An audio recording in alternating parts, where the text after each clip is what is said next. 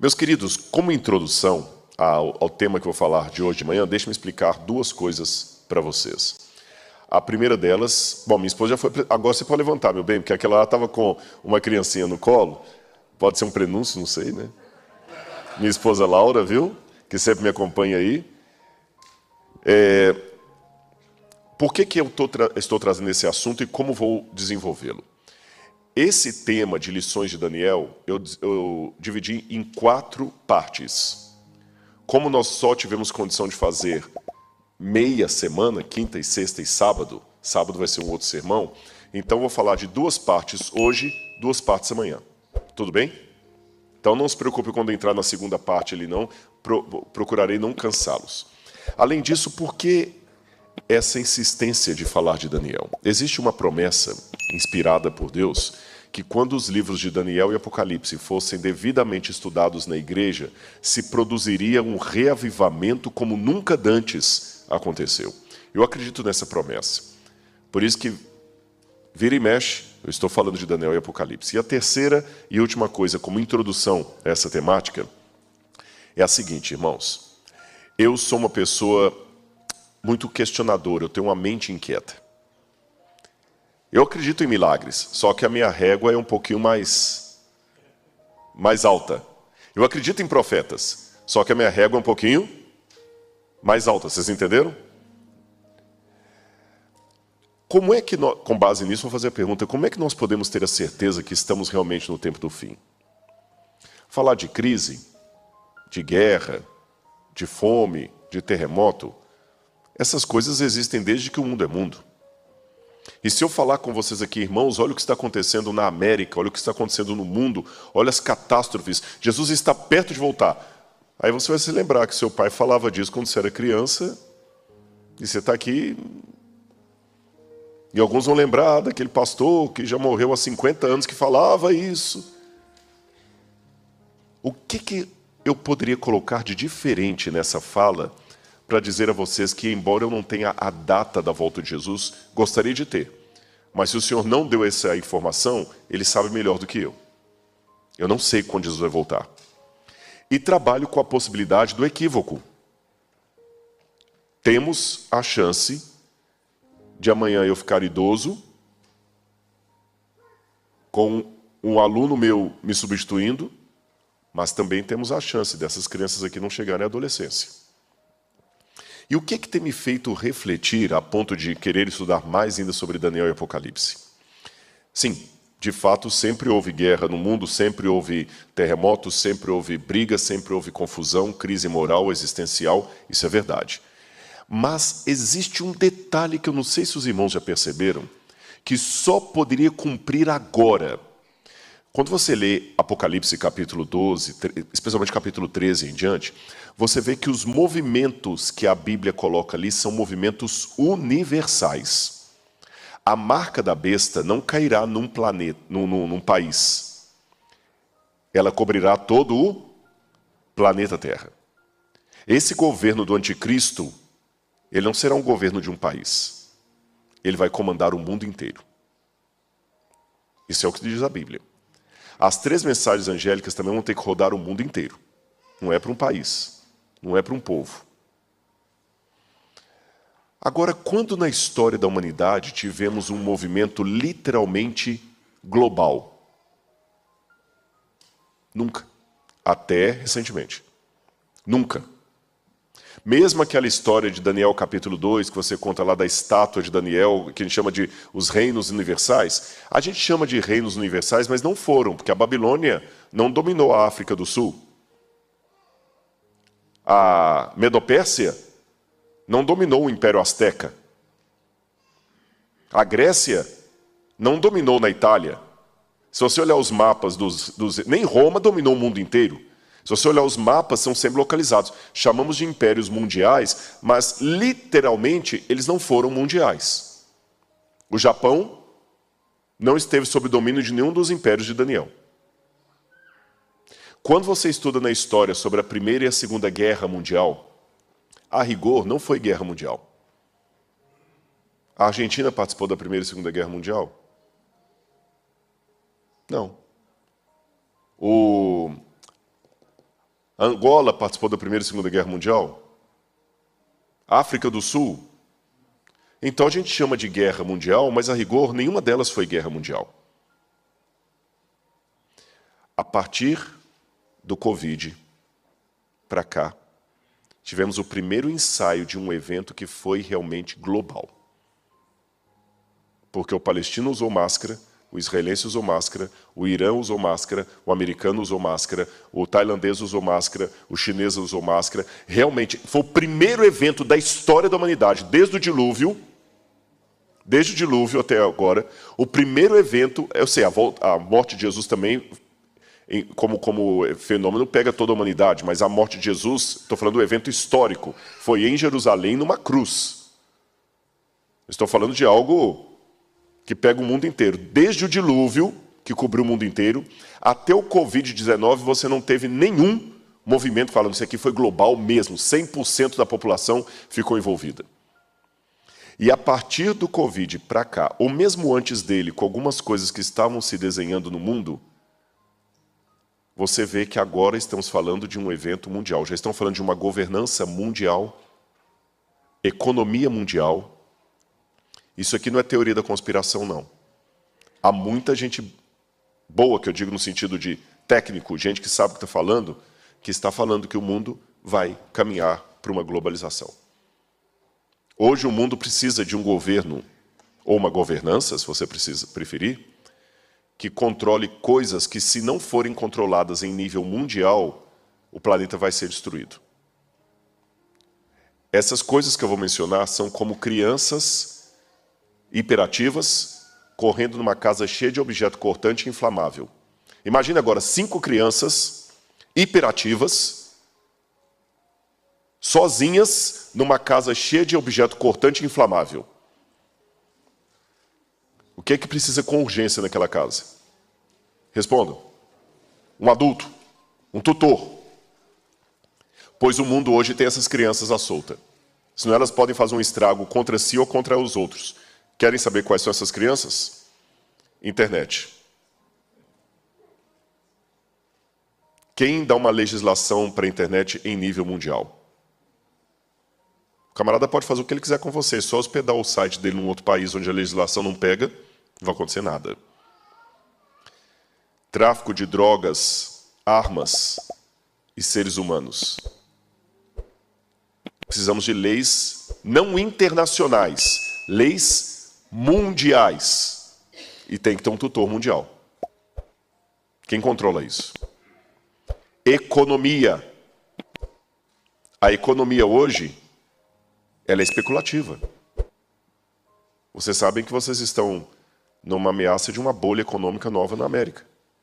Grandes corporações estão vendendo ações. E é tudo muito especulativo. Precisa-se de uma economia mundial, não internacional. Inteligência artificial. Quando ela tiver realmente a bala, quem vai controlar isso aí? E é um perigo a inteligência artificial. Os primeiros passos dela, eu posso pegar o pastor Barroso, colocar o pastor Barroso num vídeo, pregando em árabe e defendendo a guarda do domingo. E é ele, com a voz dele, com tudo dele. Quem controla isso? Imagine o perigo dessa criança peralta nas mãos de ninguém. E por último, ecologia. Quem controla a ecologia hoje? E a briga futura vai ser pela água. Hoje os governos estão desenhando um quadro que o mundo precisa de algo universal. Então, desde Noé até o século XXI, não tivemos outro evento mundial, nem perspectiva de evento mundial como estamos tendo agora. Ou seja, eu posso estar enganado. Ela pode chegar à fase adulta, essa criança que está aí do seu lado. Eu posso estar enganado. Mas sabe quando você vê que eu nunca vi na história pregressa tendências mundiais como estou vendo agora? E para que o Apocalipse se cumpra, a junção religiosa, governamental, tem que ser em nível mundial. Eu pensava antes assim, mas quando eu entrei para a igreja, Marcos, lá naquela época a gente estava lá assistindo os cultos de Daniel lá sobre o Apocalipse, eu falava assim, mas peraí, mas como é que vai poder controlar quem compra e quem vende? Porque hoje um traficante, qualquer dinheiro é dinheiro. Não tem muita gente que pega dinheiro sujo? Se eu tiver um pouco de dinheiro guardado em minha casa, o cara, não vou dar esse dinheiro para você, não, porque você guarda ali de Deus. Não, eu tenho dinheiro, eu compro. Só que, como estão desenhando a economia, não vai poder comprar e nem vender quem estiver fora do sistema. Porque não haverá, por exemplo, emprego para todos no futuro. As expectativas, e o Val Harari é um dos que fala sobre isso, as expectativas são que até 2050, 2030, pelo menos 35% dos empregos que hoje existem já desaparecerão. E cada vez mais a inteligência artificial vai substituindo as pessoas. E sabe qual que é a única solução viável que está sendo desenhada até agora? Para que a população não imploda? O governo se torna... Vão continuar tendo as pessoas que ganham dinheiro, não vão deixar de ter os empresários, mas eles sempre vão ter um sócio majoritário, o governo. E o governo vai controlar a economia mundial. E o que ele vai fazer com aquela maioria que não terá emprego? Bom, quando você, seja aqui na América, seja no Brasil, quando você fica doente ou tem um acidente no trabalho que lhe impede de trabalhar, você perde um membro do corpo, qualquer coisa, você fica recebendo uma aposentadoria compulsória do governo, não é assim? Aqui na América também é. Se você tem o Social Security, não é isso? Você teve está novo ainda para aposentar, mas você teve um problema lá, o governo vai te pagar uma pensão. Da mesma maneira, o governo vai pagar uma pensão para aqueles que não têm emprego. E essa pensão vai ser tirada de quê? Do lucro daqueles 30% que vão trabalhar pelos 70%. E aí vai estar tudo controlado. Como os supermercados agora, alguns que já tem aqui na América, que você não precisa nem de cartão nem nada. Você entra no supermercado, ele já lê o seu rosto, já faz a compra ali. Eu posso estar enganado, repito, eu não tenho a data da volta de Jesus. Mas que interessante essa novidade na história mundial, que não existia quando eu me tornei um adventista do sétimo dia, isso é muito interessante. Só para vocês pensarem. Não se alarmarem, não entrarem em desespero, mas analisem os sinais dos tempos. Com parcimônia, com oração, com cautela, com sabedoria. Amém? Aí vocês entendem o porquê de estudar Daniel. Vamos ler Daniel capítulo 1, versículo 1 e 2. Você pode perguntar, Rodrigo, mas eu tenho medo desses tempos, eu tenho medo da perseguição, eu tenho medo do que virá, eu tenho muito medo, o que vai acontecer? E o povo de Deus... E os problemas que eu enfrento? Por que Deus deixa acontecer isso comigo? Se eu sou filho dele, onde é que está Deus? Daniel capítulo 1, versículo 1 e 2 diz assim. Posso ler? Já abriram a Bíblia aí? Ou acessaram? Tem que atualizar, né?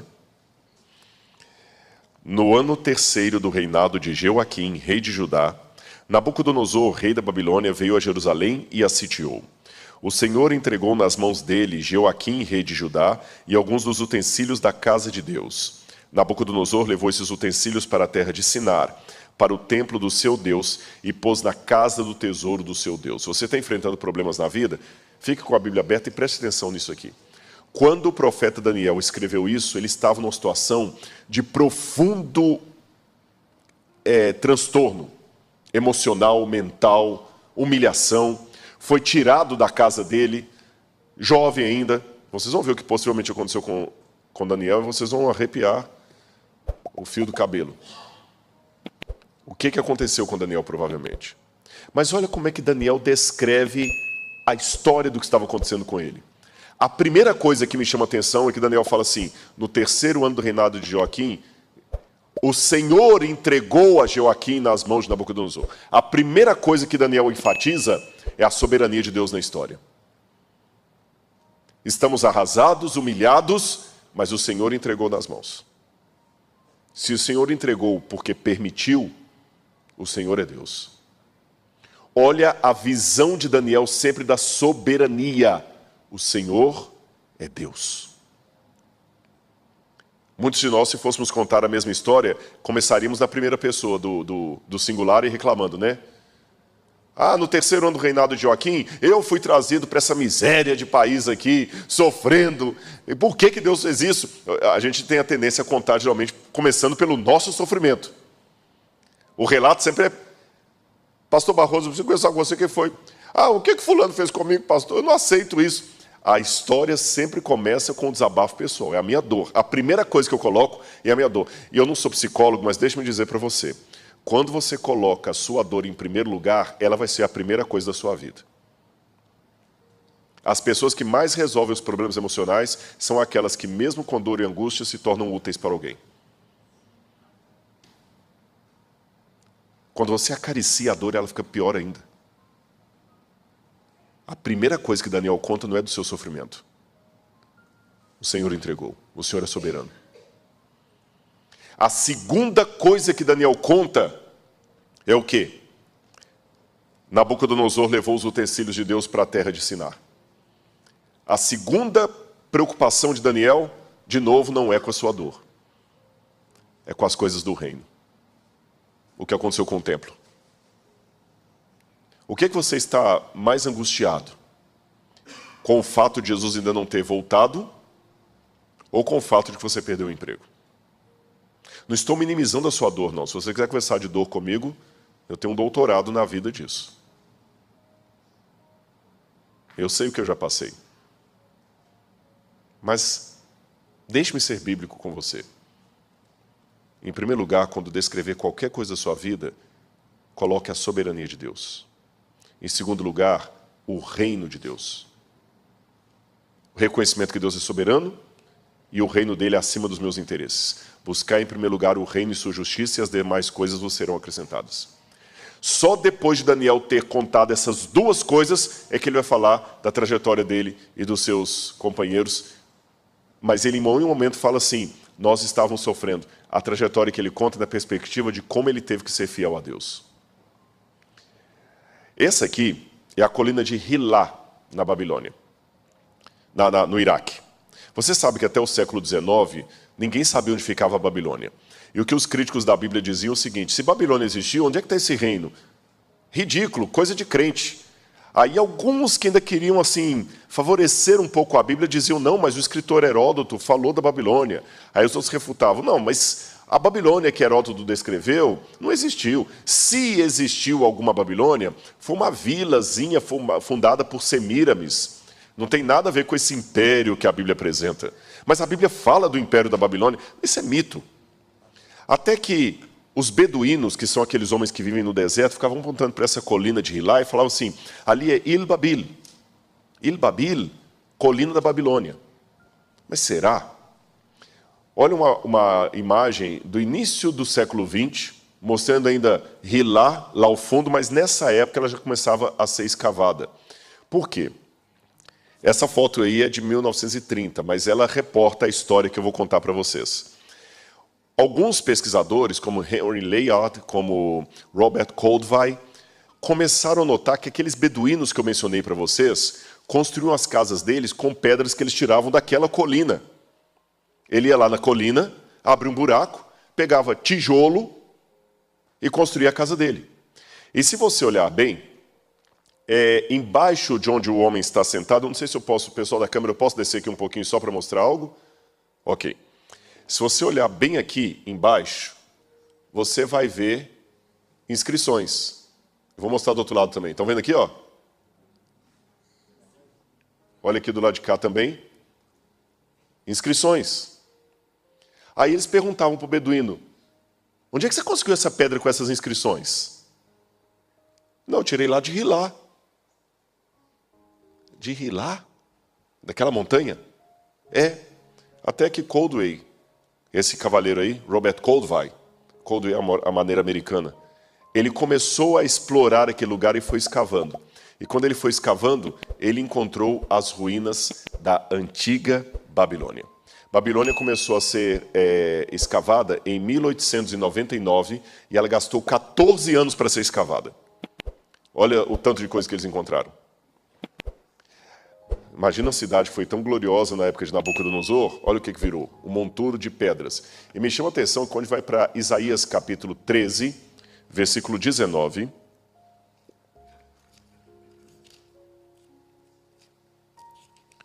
Isaías, capítulo 13, versículo 19, diz assim essa profecia. Olha a profecia de um lado e o cumprimento do outro. Vocês estão percebendo o que eu fiz ali? Sim ou não? Vocês estão vendo a foto com o que Babilônia virou e a profecia escrita no 8º século a.C. sobre o que Babilônia haveria de ser.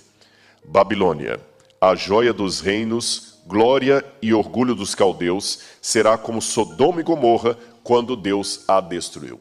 Só que hoje é fácil abrir essa Bíblia aqui na igreja, mostrar para vocês a foto arqueológica, o que Babilônia virou, e falar assim, tá vendo como é que a palavra de Deus se cumpre? Você, amém, aleluia, eu vou até fazer uma música sobre isso. Só que é fácil hoje. Na época que o profeta Isaías escreveu isso, era tão estúpida essa profecia, que ela parecia uma coisa tão ridícula quanto falar de terra plana. Ou de ETs. Esses dias eu vi uma dessas teoria da conspiração, e há gente que acredita nisso aqui. Talvez alguns que já nasceram aqui na América ou vieram muito pequenos não vão saber, mas os adultos vão saber. Sabe a caneta Bic? Aquela caneta azul? Tem uma teoria, é tão ridículo, mas tem. Eu preciso usá-la para ilustrar o que eu quero dizer de Isaías. Que diz que a caneta Bic são seres de outros planetas que estão aqui em forma de caneta. Estão colecionando informações humanas e fazendo um apelo para as pessoas não adquirirem caneta Bic. E o camarada comentando, todo feliz lá, falando assim, não, é verdade, olha, a caneta Bic, você já percebeu em casa que a caneta Bic está ali e de repente ela desaparece? É porque ela está levando informação para o outro planeta. E você já notou que ao mesmo tempo que ela desaparece, com a mesma mágica, de repente aparecem 3? Às vezes não tem nenhum, às vezes aparecem 3. Ela trouxe companheiras para coletar mais informação.